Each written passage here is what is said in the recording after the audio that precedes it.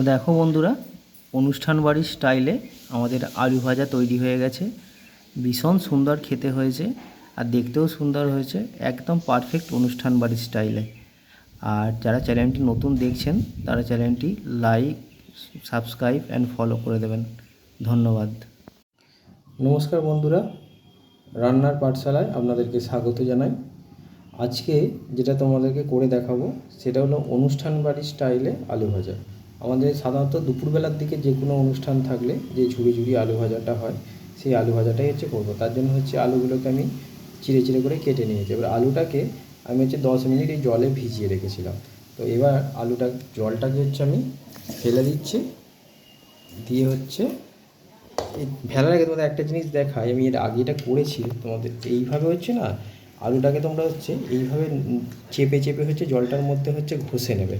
তার মধ্যে আলুর গায়ে যে স্টার্চগুলো থাকে সেগুলো সব জলের মধ্যে ধুয়ে বেরিয়ে যাবে। তো এইভাবে জলটাকে তারপর ফেলে দেবে। এইরকমভাবে দুবার একবার ধুয়ে নেবে। এবার তারপরে আলুটার জলটা শুকনো করব। আলুটাকে একটা থালার ওপর মেলে দিয়ে তারপর আলুটাকে ভাজবো।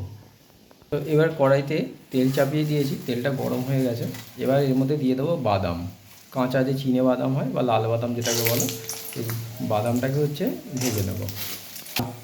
বাদামটা যখনই লাল লাল হয়ে ভাজা হয়ে আসবে তখন এটার মধ্যে কারি পাতাগুলোকে দিয়ে দেবে।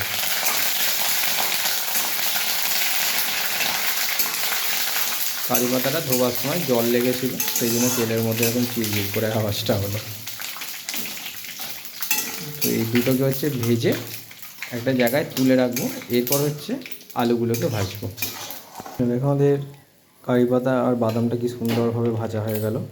এবং দুপুরবেলার অনুষ্ঠানে সে শুক্তো হোক, পায়েস হোক, মাছ মাংস যাই হোক, আমার কাছে প্রধান আকর্ষণ থাকে এই আলু ভাজাটা। দুপুরবেলার অনুষ্ঠানে এটাই আমার সবথেকে ফেভারিট আইটেম থাকে। এবার এই আলুটার আমরা যে জলটা তখন ঝরিয়ে শুকিয়ে নিলাম, এবার এটার মধ্যে অল্প একটু হলুদ মাখিয়ে নিচ্ছি।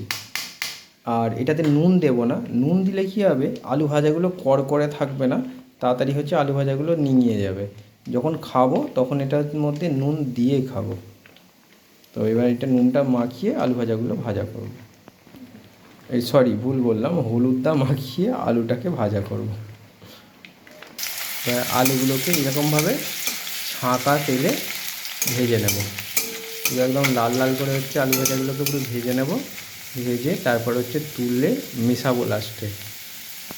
এই ভাজা ভাজা হয়ে আসছে আমাদের আলু ভাজাগুলো, আর একটু ভাজে তারপর এটাকে তুলবো। এরকমভাবেই পুরো যতটা আলুটাকে কেটে রেখেছি পুরোটাকে ভেজে নেব। তবে মনে রাখবে, আলুটা কাটার পর জল দিয়ে ভালো করে চটকে চটকে আলুটা ধোয়াটা কিন্তু খুব প্রয়োজন, নাহলে কিন্তু এরকম আলু ভাজা হবে না। দেখো বন্ধুরা, আমরা এবার সমস্ত তুলে নিয়েছি কারি পাতা, বাদাম আর আলুটা ভেজে। এবার এর মধ্যে দেবো অল্প একটু নুন। তবে যারা এটা স্টোর করে রাখবে তারা কিন্তু নুনটা মেশাবে না। নুনটা দিলে কিন্তু আলু ভাজাটা তাড়াতাড়ি নেতিয়ে যাবে। আমি এখন খাবো বলে মিশিয়ে নিলাম। এবার এর মধ্যে দিয়ে দেবো খানিকটা বিট নুন। আর এবার দেবো একটু চাট মশলা।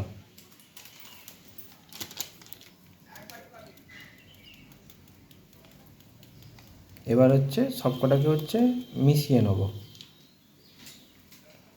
স্বাদটা খুব সুন্দর আসে, একদম অনুষ্ঠান বাড়িতে যেরকম স্বাদ আসে সেরকম স্বাদটা চলে আসে। তো দারুণ হয়েছে আমাদের আলু ভাজাটা। তো ফ্রেন্ডস, দেখা হবে আবার পরবর্তী ভিডিওতে। তোমরা এইভাবে বানিয়ে খেয়ে দেখো।